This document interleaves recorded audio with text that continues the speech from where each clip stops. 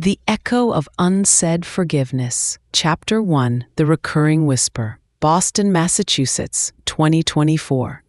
The chill of the pre-dawn air seeped through the windows of Sarah Blake's elegant penthouse apartment.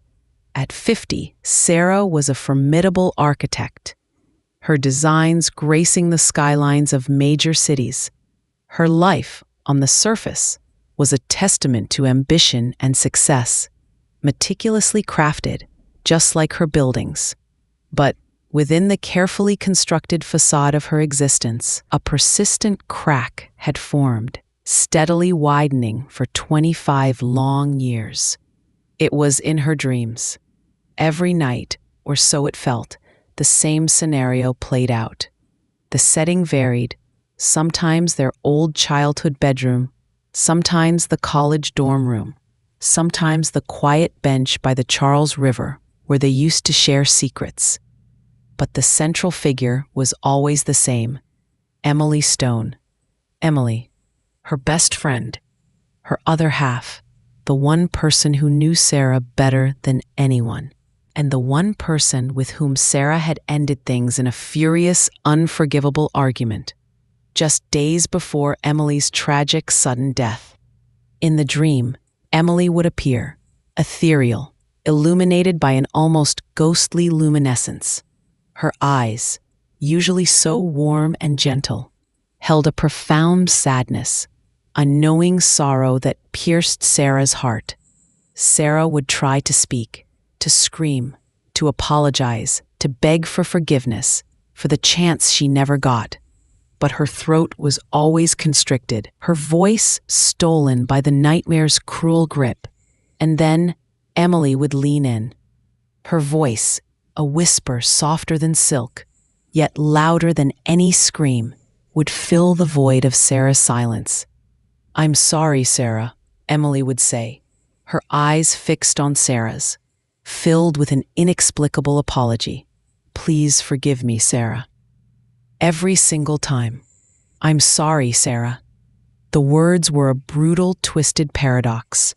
It was Sarah who needed to say sorry. It was Sarah who carried the crushing weight of guilt. It was Sarah who hadn't gotten the chance to reconcile, to retract the hateful words spat in a fit of pride and anger. And yet, in the chilling theater of her nightmares, Emily was apologizing to her. It was an inverse torment, a psychological knot that tightened with each passing year, each recurring whisper. Sarah would wake in a cold sweat, the phantom whisper still echoing in her ears, her heart hammering against her ribs. The guilt, a suffocating blanket. She had tried everything: therapy, medication, meditation, even moving cities. Anything to escape the relentless, spectral apology that haunted her sleep.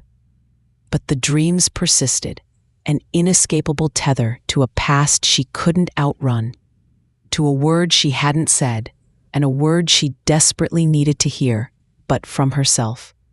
The echo of unsaid forgiveness was now a daily, nightly, and utterly torturous reality. Chapter 2. A Friendship Forged in Stars. Was not just strong, it was foundational.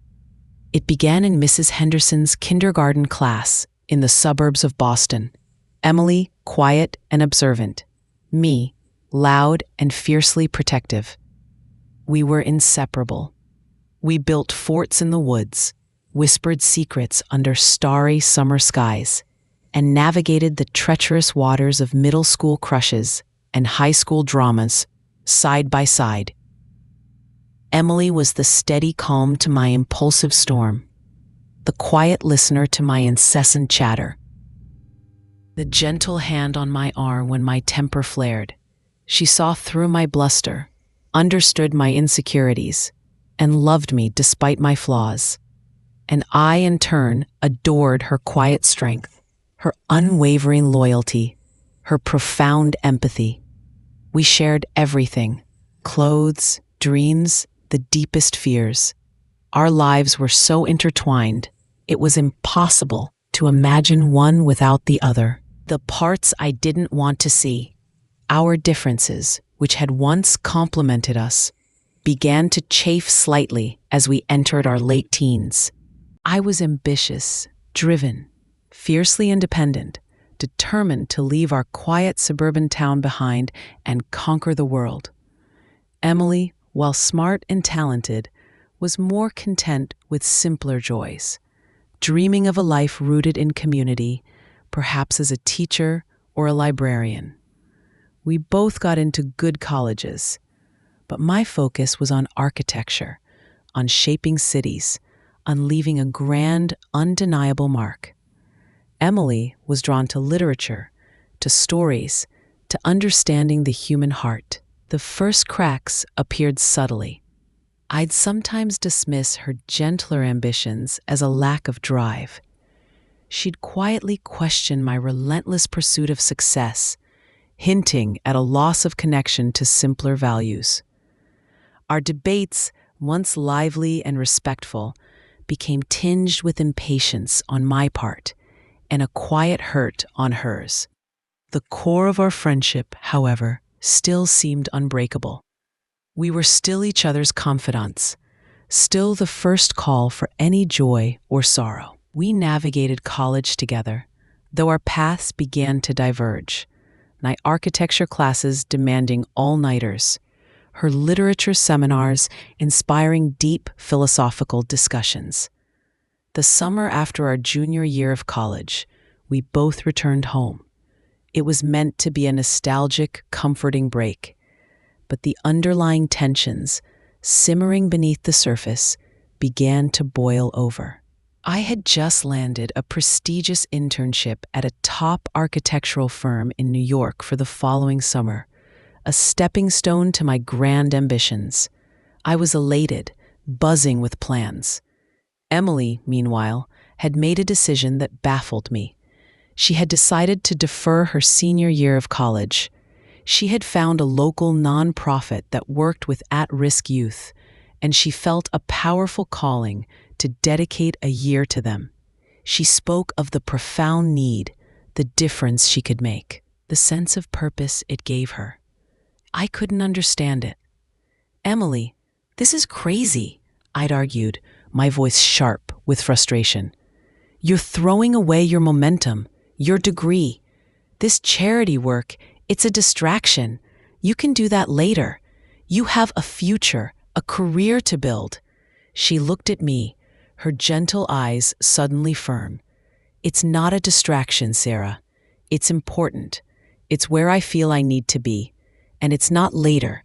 It's now. Not everyone wants the same kind of future as you." Her words, though calm, felt like a judgment, a subtle condemnation of my ambition. My pride flared. My insecurity, always just beneath the surface, interpreted her choice as a dismissal of everything I held dear. I felt misunderstood, unfairly judged. The friendship, once forged in stars, felt suddenly cold, brittle, and impossibly distant. Chapter 3: The Unforgivable Divide. The argument that shattered our friendship played out in my small, cluttered childhood bedroom.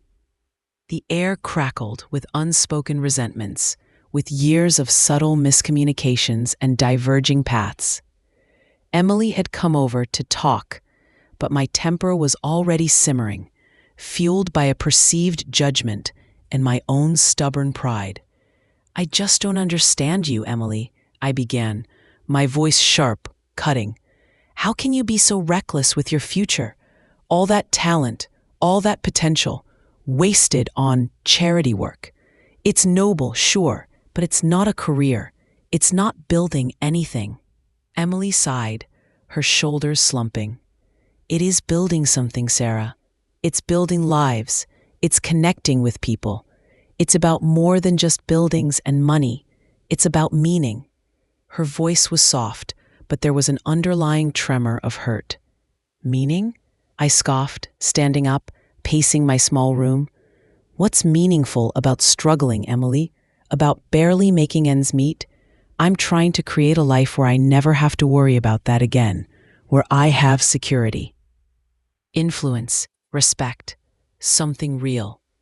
"And you think that's the only way to find happiness?" she asked, her voice quiet, but laced with a challenge. "By chasing external validation? What about your heart, Sarah? What about what truly makes you happy?" That stung. It cut to a place deep inside me, a place of insecurity and fear. My ambition was my shield, my armor against the vulnerabilities I had inherited from a childhood marked by my parents' financial struggles. To have Emily, the one person who knew all my hidden fears, suggest my path was shallow felt like a betrayal. My anger flared, hot and uncontrollable. "You know what, Emily? Maybe you're just not cut out for anything more. Maybe you're just content to stay small, to live in this little town, doing little things. But I'm not. I'm going to build something big, something important. And I don't need you holding me back with your quiet judgments." Her face, usually so composed, crumpled. Her eyes, wide and glistening, searched mine, a flicker of pain, then a profound disappointment. "Sarah," she whispered, her voice barely audible. "How can you say that? I've never tried to hold you back. I just want you to be happy, truly happy." "I will be happy," I shouted, the words tumbling out, fueled by a desperate need to lash out, to hurt her as she had hurt me. "And maybe I'll be happier without your constant lectures. Maybe I don't need your approval, Emily." She stood up slowly, her shoulders squared, her eyes now devoid of tears, but filled with a profound sadness. "If that's truly how you feel, Sarah," she said, her voice strained, "then maybe you're right. Maybe we're just too different now." She walked to the door, her movements stiff, unhurried. I watched her, my heart pounding, a part of me screaming for her to stop, to turn back, for me to say something, anything, to retract the venomous words. But my pride, a towering, impenetrable wall, held me captive. She paused at the threshold, her back to me. "I hope you find what you're looking for, Sarah," she said, her voice barely a whisper, filled with a sorrow that haunted me for years. "I truly do." And then she was gone. She didn't slam the door. She closed it gently. That quiet click echoed in my mind for decades, the sound of an unforgivable divide. I stood there, trembling, a hollow ache in my chest. I knew, even then, that I had gone too far, that I had broken something precious, perhaps irrevocably.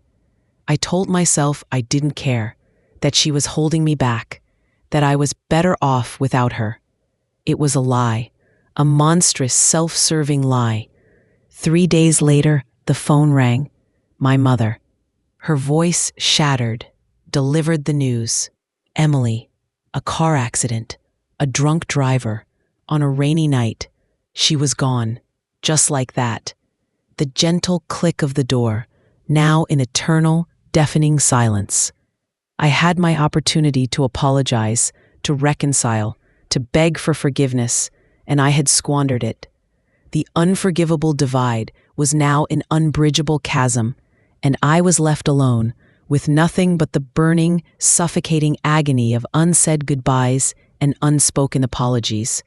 Chapter 4. The weight of unsaid words. Emily's death hit me like a physical blow. The initial shock was followed by a crushing wave of guilt, so immense it almost paralyzed me.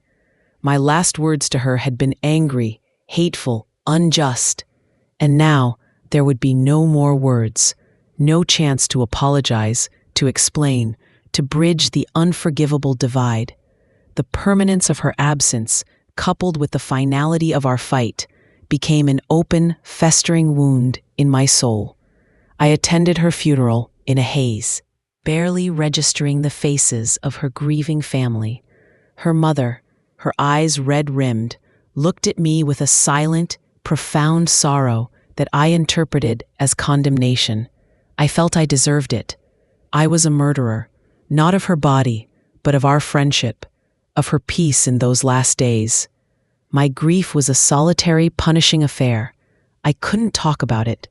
How could I confess the ugly truth of our last conversation?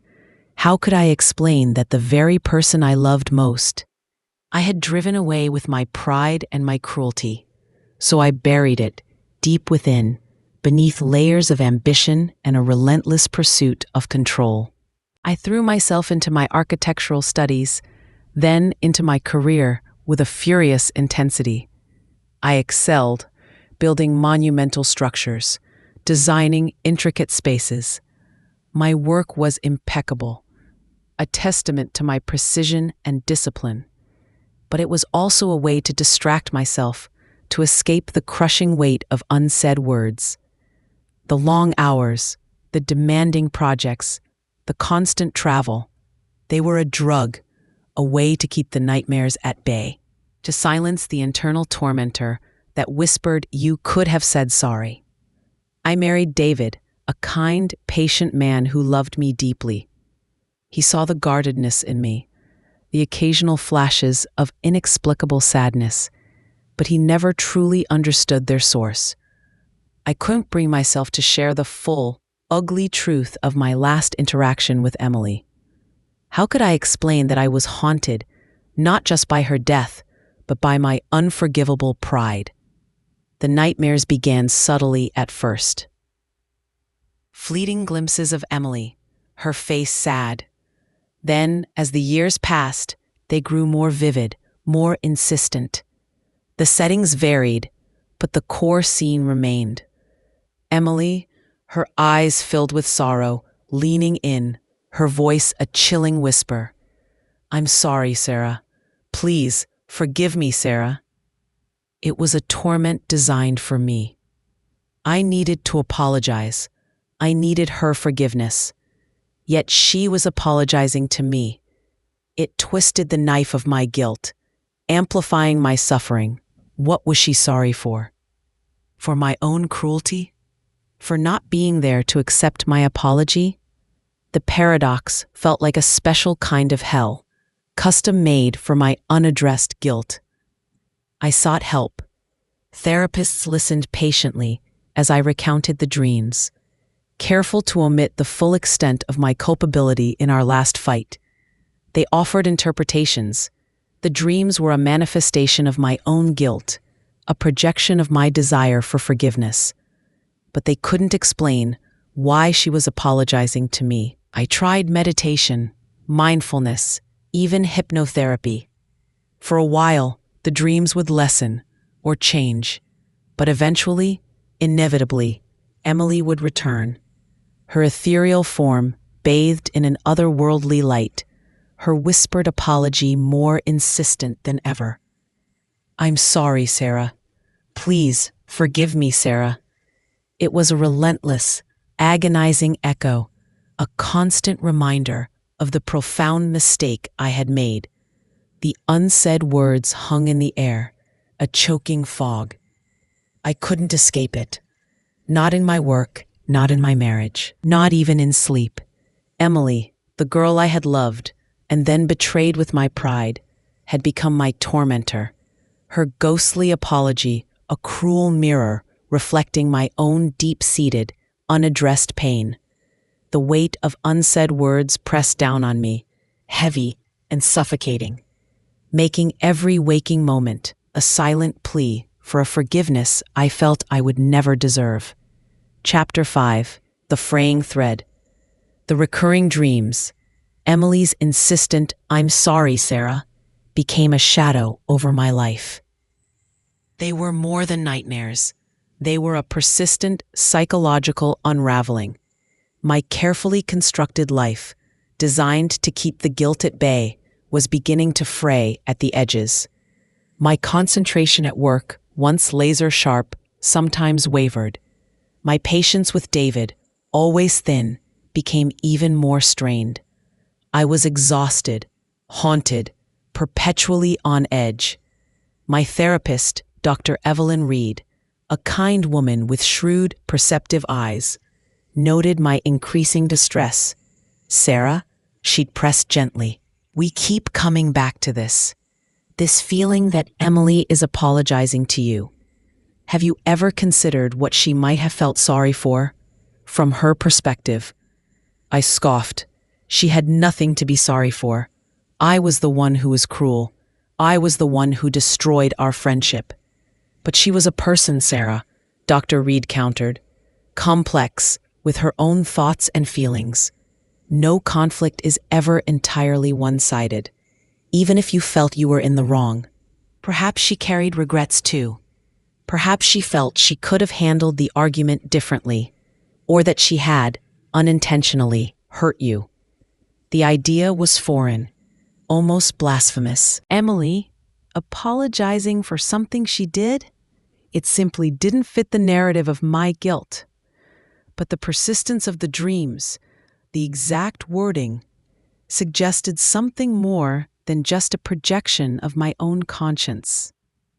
The dreams became so real, so vivid, that I started to feel an unshakable urge to re-examine the circumstances of Emily's death. It had been a simple car accident, drunk driver, no mystery. But what if there was something more? A small detail, an overlooked clue, a letter, a diary, something Emily had left behind, a final message. I felt a desperate need to find something concrete, something to either confirm my guilt-ridden narrative or, terrifyingly, to offer an alternative explanation for Emily's ghostly apologies. I needed to silence the whisper, or at least understand its source. I decided to start with Emily's family. Her parents had passed away years ago, but she had a cousin, Laura, whom I remembered faintly. I found her on social media, a friendly-looking woman, a librarian in upstate New York. I drafted an email, my fingers hovering over the keyboard. What would I say? Hello, I'm Sarah Blake, your cousin Emily's former best friend, and I'm tormented by dreams where she apologizes to me, and I need to know why she died. It sounded insane. I settled for a more subdued approach, explaining I was thinking of Emily, how much I missed her, and if Laura ever came across any of Emily's old personal effects, like a journal or letters, I'd be interested in seeing them. To my surprise, Laura responded quickly, warmly. She remembered me. She agreed to look. A week later, a small padded envelope arrived. Inside, nestled among faded photographs and pressed flowers, was a thin, leather-bound diary. Emily's diary. The last entry was dated 2 days before her death. My hands trembled as I opened it. The familiar script, Emily's neat, flowing handwriting, filled the pages. I flipped through entries about college, about her charity work, about her hopes and dreams. And then I found it. The entry immediately following our last terrible fight. July 17th. Sarah. Oh, Sarah. My heart aches. We fought. Terribly. I said things, she said things. She was so angry, so determined. I tried to explain, to make her see my path, but she couldn't, or wouldn't. I know she thinks I'm weak, that I'm not ambitious enough, that I'm holding her back, but I never meant to hurt her. Never. All I want is for her to be truly happy, not just successful. I worry so much about her. She builds these walls around herself, and she thinks they protect her, but they just keep out connection, keep out real joy. I tried to tell her that. I tried to make her see that my path, my search for meaning isn't a judgment of her. It's just my path. I wish I hadn't said that thing about her chasing external validation. That was unfair. I know she's driven by her own fears, her own desire for security. I should have been more understanding, more patient. I let my own frustration get the better of me. And now I don't know if she'll ever speak to me again. My best friend, my other half. The thought is unbearable. I keep replaying our last conversation. All the harsh words. My fault too. I should have reached out again. Tried harder to make her understand, or just apologized for my part in it. I just want to tell her, I'm sorry. So sorry for everything. I miss her already. I hope she knows. The words blurred before my eyes. My breath hitched. Emily. She had felt guilt too. She had felt regret. She had wanted to apologize. I'm sorry. So sorry for everything. I miss her already. I hope she knows. The whisper in my dreams. I'm sorry, Sarah. Please, forgive me, Sarah. It wasn't a torment. It wasn't a judgment.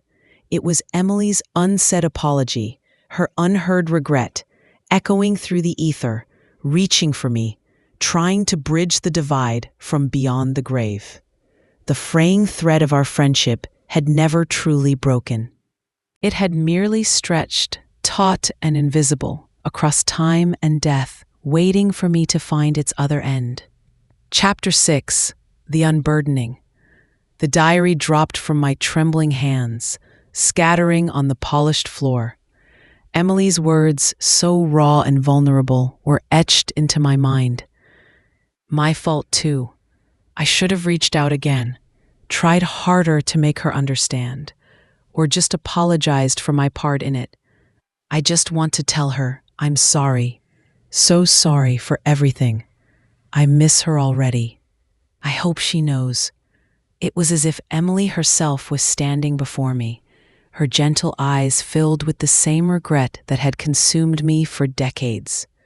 The chilling paradox of my dreams, where she apologized to me, was finally, tragically explained. Her spirit, burdened by unsaid words just as mine was, had been reaching out, not to torment, but to seek the closure we both desperately needed. She hadn't been blaming me. She had been sharing her own remorse, her own desire for reconciliation.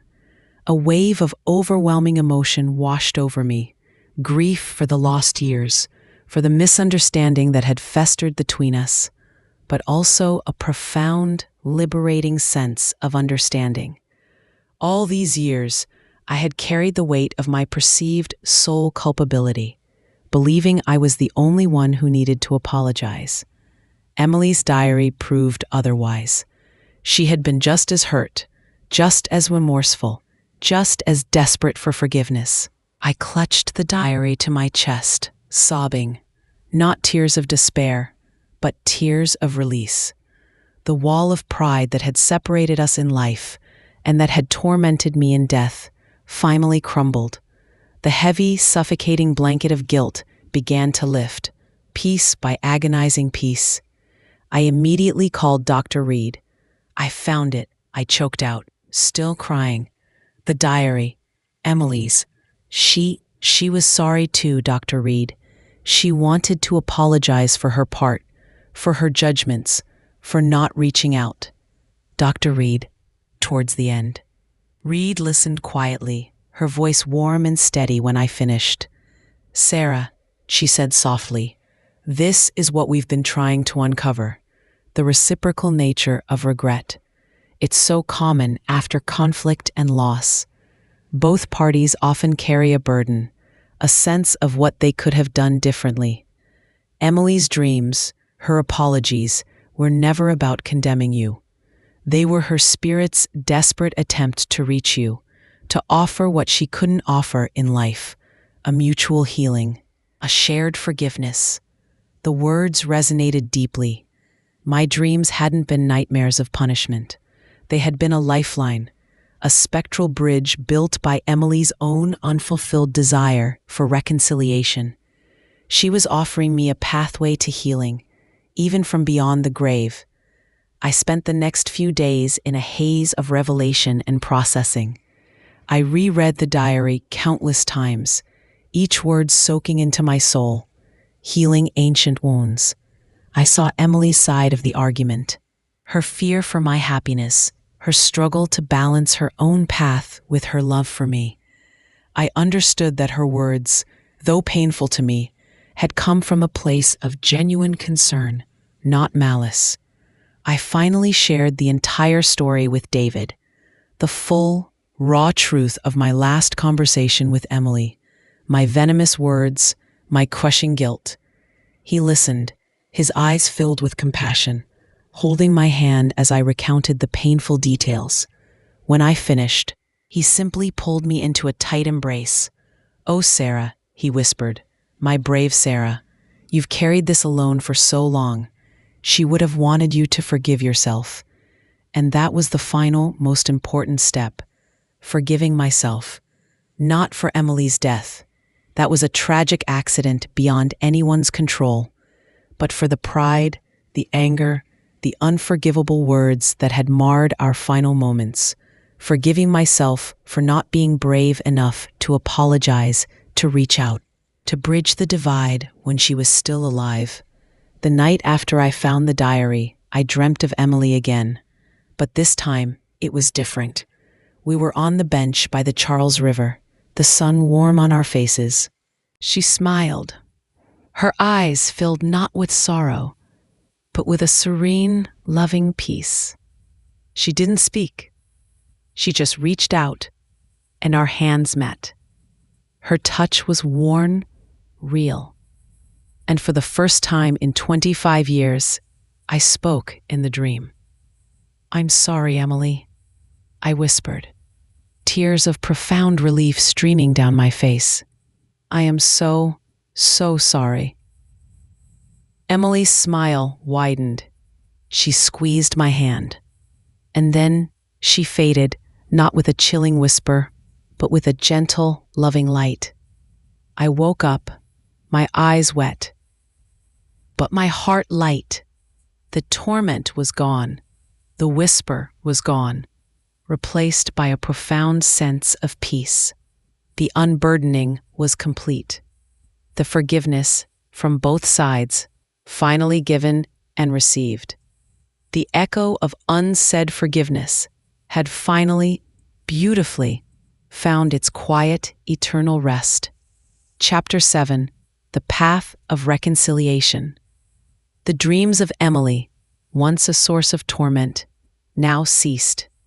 Or rather, they transformed. Occasionally, she would visit my sleep, but always with a serene smile, a silent, comforting presence. There were no more apologies, no more desperate whispers, just a quiet understanding, a profound peace that settled deep within my soul. The invisible wound that had festered for 25 years had finally begun to heal. My relationship with David deepened. Having finally unburdened myself of the full, ugly truth of my guilt, our bond became stronger, more authentic. He saw my vulnerability, my struggle, and loved me even more fiercely for it. I learned to lean on him, to trust him with my deepest fears, something my pride had previously forbidden. My work as an architect, once a shield against my pain, now became a joyful expression of my renewed spirit. I designed with a fresh perspective, creating spaces that fostered connection, light, and a sense of belonging. My designs, once formidable and imposing, began to incorporate more warmth, more humanity, reflecting the internal shift within me. I also reached out to Laura, Emily's cousin. I thanked her profusely for the diary, explaining its profound impact. We formed a tentative friendship, sharing stories of Emily, laughing and crying over shared memories. It was another thread, carefully mended, connecting me to Emily's living legacy. I started volunteering at a local youth center, similar to the one Emily had chosen to dedicate her time to. It wasn't about atoning for my past, but about honoring Emily's spirit, her passion for helping others. I tutored students, mentored aspiring artists, and found immense joy in the small, meaningful connections I made. Emily's path, which I had once so vehemently dismissed, now felt incredibly profound, a source of true happiness. The path of reconciliation wasn't just about Emily. It was about reconciling with myself, with the angry, proud young woman I had been, with the overwhelming guilt that had shaped so much of my adult life. I learned that forgiveness wasn't a single act, but a continuous process. It was about acknowledging the pain, understanding the underlying fears, and choosing compassion for others and for myself. My mother, always wise and patient, noticed the change in me. The tension in my shoulders eased. The lines of worry around my eyes softened. One afternoon, as we sat together, she gently squeezed my hand. "You found your peace, haven't you, Sarah Bud?" she said, using a childhood nickname. I nodded, tears welling in my eyes, but these were tears of gratitude. "Yes, Mama, I have." I told her about the diary, about Emily's words, about the true meaning of the dreams. My mother listened, her own eyes glistening. "Emily was always a forgiving soul," she whispered. "She would have wanted you to know." I knew. And knowing that changed everything. The silence of the unsaid had been broken, not just by Emily's ghostly whispers, but by her handwritten words, and by my own willingness to finally listen, to understand, and to forgive. The past wasn't erased. The pain of loss remained, a tender, sacred memory. But the bitterness, the crushing guilt had finally dissolved.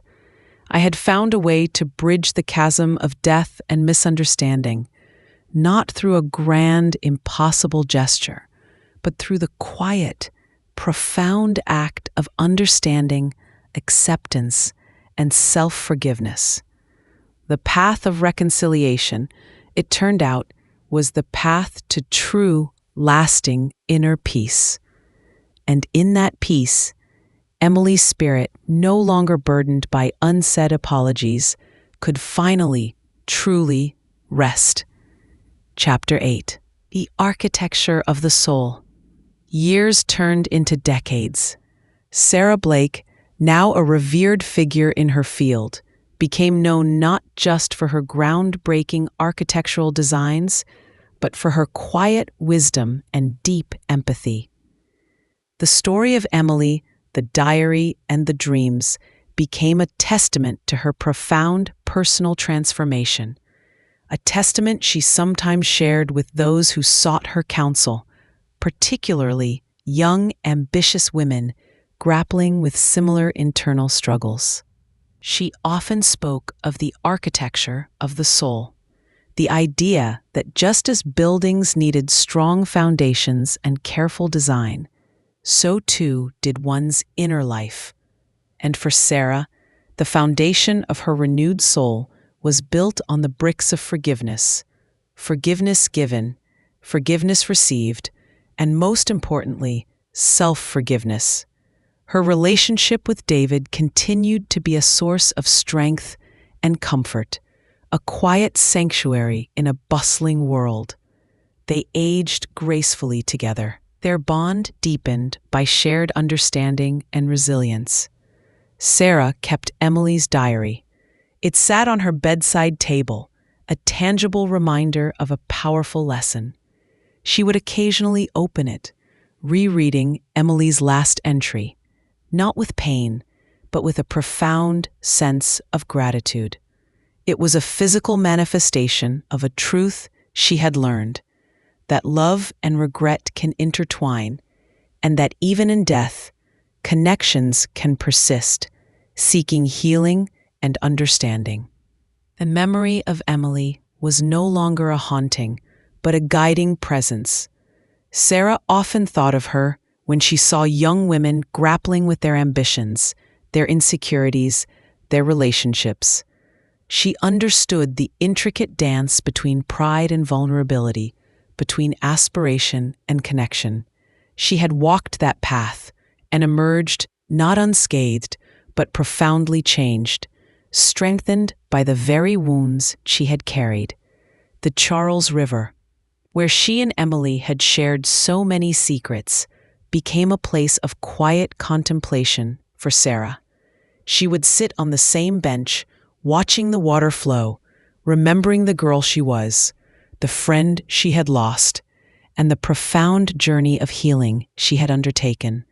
The river, ceaseless in its movement, mirrored the flow of time and the endless capacity for change and renewal within the human spirit. Her work at the youth center continued to bring her immense joy. She saw flickers of her younger self in some of the driven, sometimes guarded teenagers, and she saw flashes of Emily's quiet empathy in others. She encouraged them to build strong foundations, not just in their careers, but in their hearts, in their relationships. She taught them the importance of communication, of understanding, of the words we choose, and the words we leave unsaid. The dreams, now gentle and infrequent, were a comfort. Emily no longer whispered apologies. Sometimes she would just be there, smiling, a symbol of their reconciled spirits. It was a beautiful, almost mystical confirmation that love truly finds a way to bridge chasms, even those as vast as life and death. The architecture of Sarah's soul was complete. It was a structure built on truth, reinforced by forgiveness, and illuminated by a profound sense of peace. The haunting echo of "I'm sorry, Sarah" had finally been transformed into a silent, harmonious melody, a lasting testament to the enduring power of love, reconciliation, and the quiet grace of a soul unburdened. The path was long, arduous, and sometimes incredibly painful, but the destination, a heart healed and at peace, was worth every step. Chapter 9. The Lasting Imprint. In the quiet twilight of her life, Sarah Blake sat on a comfortable armchair by the window, overlooking the familiar Boston skyline. A skyline dotted with buildings she had meticulously designed. Her hands, no longer busy with blueprints, rested gently in her lap. The wrinkles on her face told tales of a life fully lived, marked by both triumph and profound, hard-won peace. The echoes of Emily's whispers, "I'm sorry, Sarah," had long faded from her nightmares, replaced by the gentle hum of contentment. The diary, now brittle with age, still sat on her bedside table. It was a constant, tangible reminder of the journey, of the incredible unraveling that had led to her liberation. She thought of Emily, not with the sharp pang of guilt, but with a tender fondness. Emily, her best friend, who had taught her the most profound lesson of her life, even after death. The lesson that forgiveness is a two-way street, that regret can bind both the living and the departed, and that true healing comes when we open our hearts to understanding, both of others and of ourselves. Sarah had become an advocate for mental health, quietly funding initiatives that supported individuals grappling with grief and guilt.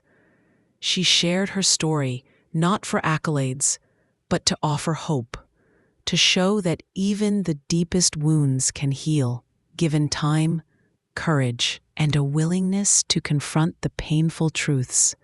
Her relationship with David remained her anchor, a testament to enduring love and shared resilience. He had witnessed her deepest struggles and her gradual, beautiful transformation. He knew the cost of her peace and cherished it all the more. The little blue scarf Emily had once given her, a forgotten relic from their youth, now hung in Sarah's study, a visible symbol of their restored connection. It wasn't about forgetting the past, but integrating it, allowing its lessons to illuminate the present. The architecture of her soul was no longer just a metaphor.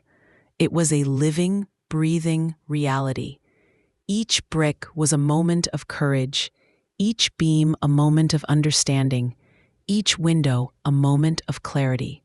It was a structure built on authenticity, humility, and the profound strength found in vulnerability. The lasting imprint of Emily on Sarah's life was not the scar of guilt, but the profound wisdom gained. It was the understanding that relationships, even after death, can evolve and heal. It was the realization that sometimes the most profound apologies are unsaid, spoken not through words, but through the spirit's persistent longing for reconciliation. As the sun began to set, painting the Boston sky in hues of orange and purple, Sarah closed her eyes. She felt a deep sense of gratitude for her life, for its challenges, for its lessons, and for the remarkable grace that had led her to true, lasting peace.